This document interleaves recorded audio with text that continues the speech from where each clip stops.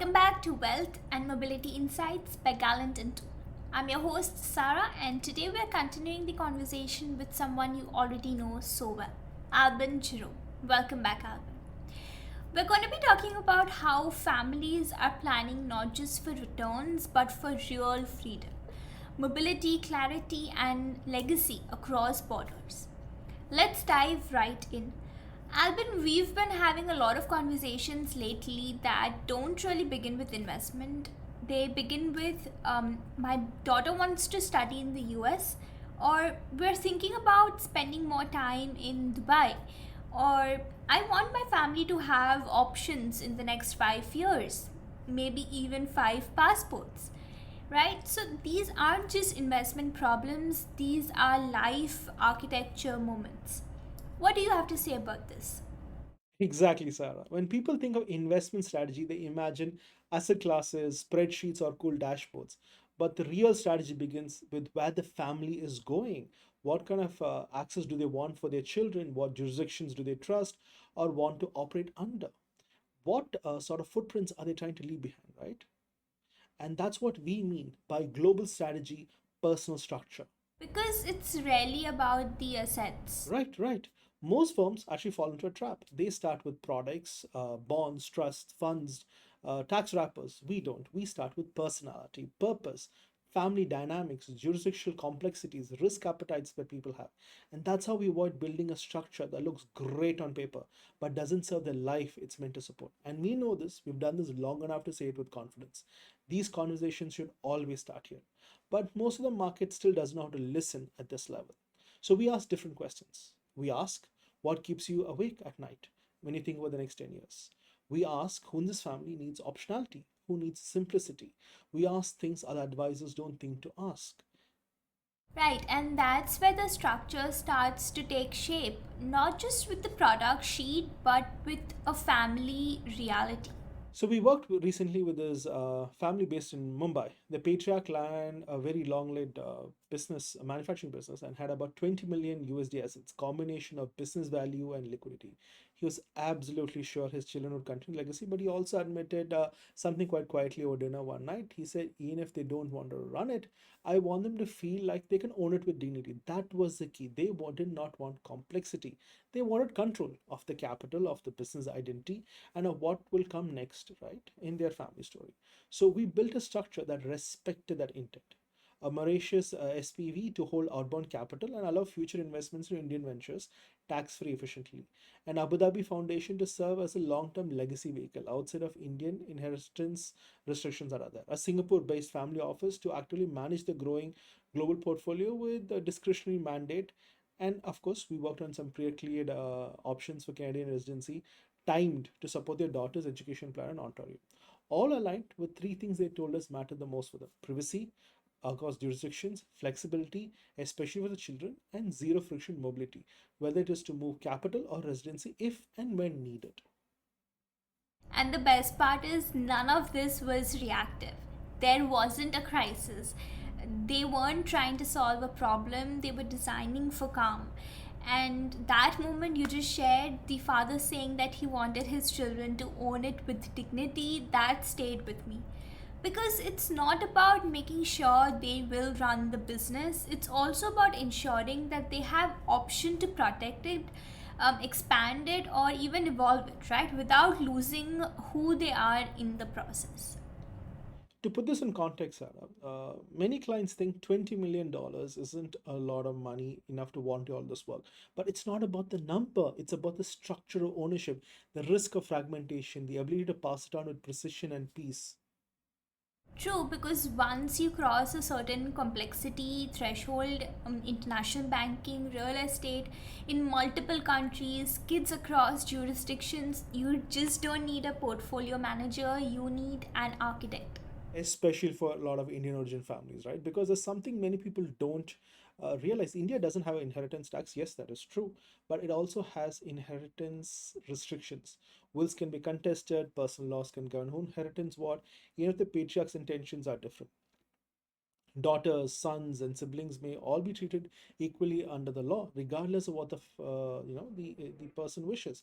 And if Indian assets are held personally, like property, business shares, or deposits, they can get locked in litigation or probate for years. So it's not about how much money you have, it's about how freely it can move and how clearly it can transfer. That's why his this family structure matters. They weren't just building for today's balance sheet, they were building for tomorrow's clarity. Alban, we're seeing so much private wealth in UAE, Saudi Arabia, now asking deeper questions.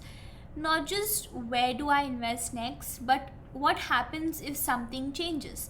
Where does my family go? And especially for expat families, do we have enough structure to protect and preserve if the rules shift under us? Exactly. So the next generation is truly global. They are Western educated, culturally fluid, and tech savvy. But what they really want is a quiet, clean control. We recently advised a Gulf based industrial family, second generation expats living in Riyadh. The father had really built significant wealth in logistics and held some real estate in the Gulf, had equities in the US, in European market. His daughter was in New York studying medicine, I believe, and his son was trying to launch a tech startup in London and Dubai. The father told us something really interesting. He said, I'm not worried of volatility. I'm afraid of confusion. He did not want to risk any kind of fragmentation, any regulatory delays, or any interfamily disputes down the line. He wanted continuity and clarity, even if he wasn't around to explain it, right? Like all fathers do, he's thinking of the future for his children. So we built this for them, a Liechtenstein foundation to ensure wealth transition passed through to the kids, bypassing any forced heirship regime changes or in generational intent. Jersey Trust with protector rights embedded in the family charter, giving the father veto control for now, and his children will be structured in later. The London commercial assets that they owned were restructured under offshore holding vehicle to reduce tax exposure and simplify succession. And then we opened a Geneva-based discretionary investment account, giving that family access to multi-currency income and professional oversight without disrupting their Gulf tax neutrality. And what you just described, it wasn't designed in response to a crisis, right? It was designed because they were thinking ahead, because they weren't just preventing capital, they were designing confidence for the future. Exactly it. Wealth is no longer about how much you have, it's about how you're prepared for it. The family didn't ask us to beat the market, they were doing a great job of it. They asked us to make sure that their daughter could continue her education and life in New York. They said could raise capital raise in whichever part of the world you wanted, and their estate wouldn't freeze if a policy changed in any of their countries. And what it means to structure wealth around freedom, not just returns, right? You know, Alvin, something we hear more often than people realize is, should I really be thinking about all of this if I'm not in trouble? That's a key difference. We are not saying we'll solve problems. We are removing fragility. In fact, most of our clients come to us precisely because they're not on crisis. They're not being audited. They're not under pressure. They just don't want to be caught off guard when something inevitably shifts, whether it's a CRS fatigue in India, real estate overexposure in Dubai, factor friction for dual citizens in Singapore, or simply too many personal holdings spread across too many banks and structures. Our role is to quietly consolidate everything. We build something centralized, elegant, and legal, a structure that supports the family in every jurisdiction they want to operate in, right? Without giving up control in the process. It's not the families in chaos that call us, it's the one who say, we want to prepare while we still have calm. Exactly. So that's precisely where we come in. We bring structure not because something is broken, but because the future is always moving and you should be prepared for it.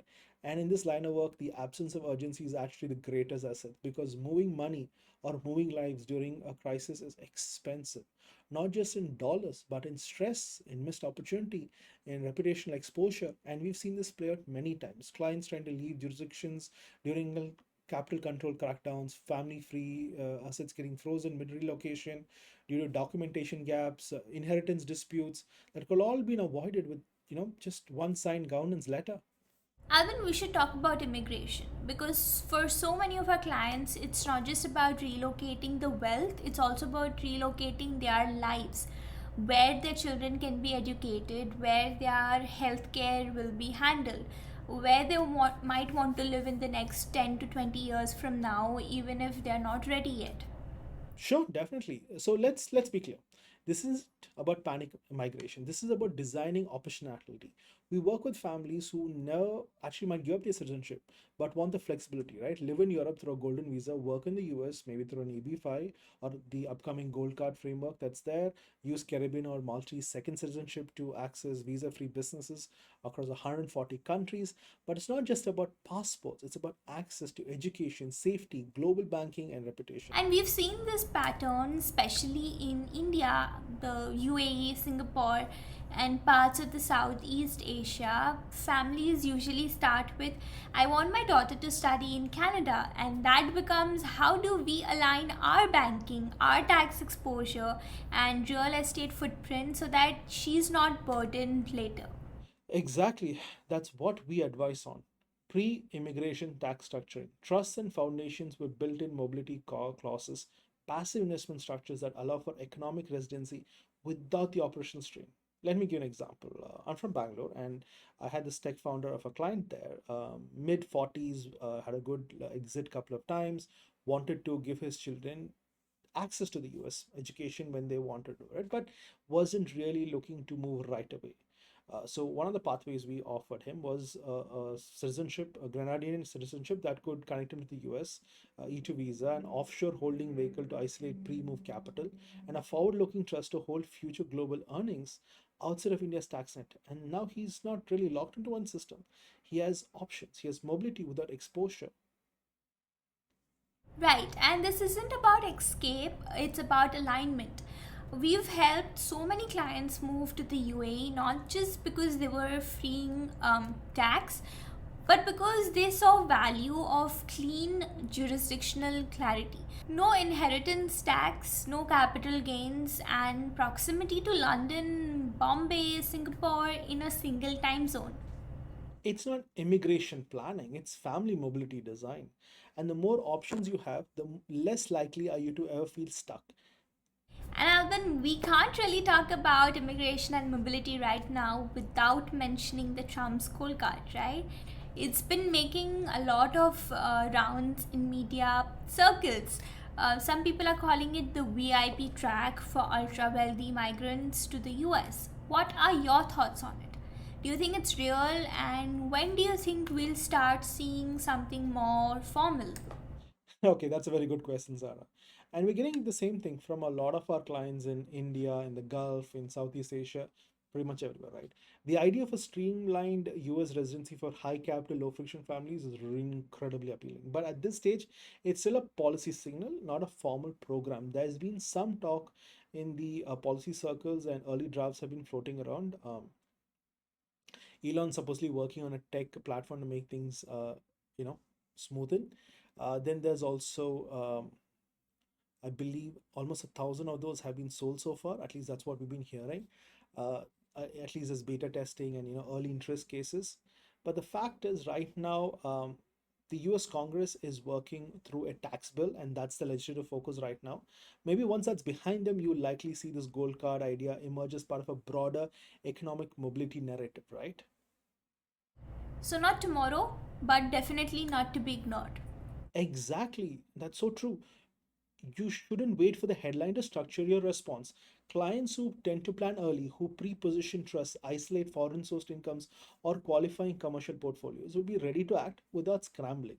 The families who wait for a headline, they'll be the ones applying late, structuring under pressure, triggering reviews they could have avoided entirely. It's not just about fear, it's about readiness. And if a path like the gold card does open up, our clients won't need to Google it, they'll already be aligned. Anyone listening, maybe it's worth asking yourselves what are you really trying to protect? Because it may not just be capital, it may be time, it may be mobility for your children, or continuity between generations. It might be the ability to move without asking permissions or to pass something down without creating confusion. It could be your name, your privacy, or the peace of knowing your family will be okay even when you may not be the one steering it. If you don't define what matters the most to you, someone else will. A tax regime change will. A probate court will. A regulator, a headline. But if you take the time to define what right now, while there is calm, we will build around it. Not with templates, not with complexity for the sake of complexity, but with a clear, elegant structure that travels as far and lasts as long as your legacy demands. That is what we do. Quietly, globally, with precision. Global strategy, personal structure. It's not a catchphrase, it's pretty much an operating model. If something you heard today sparked a reflection or even just a quiet question, you're not alone. This is the kind of work we do every day. For families who want more than performance, they want clarity, preparation, and peace of mind for this generation and the next. If that's you, visit galto.com or reach out to your relationship lead for a discreet, thoughtful conversation. We're here when you're ready. If you like this episode, don't forget to like, subscribe, and share, and we'll see you next time.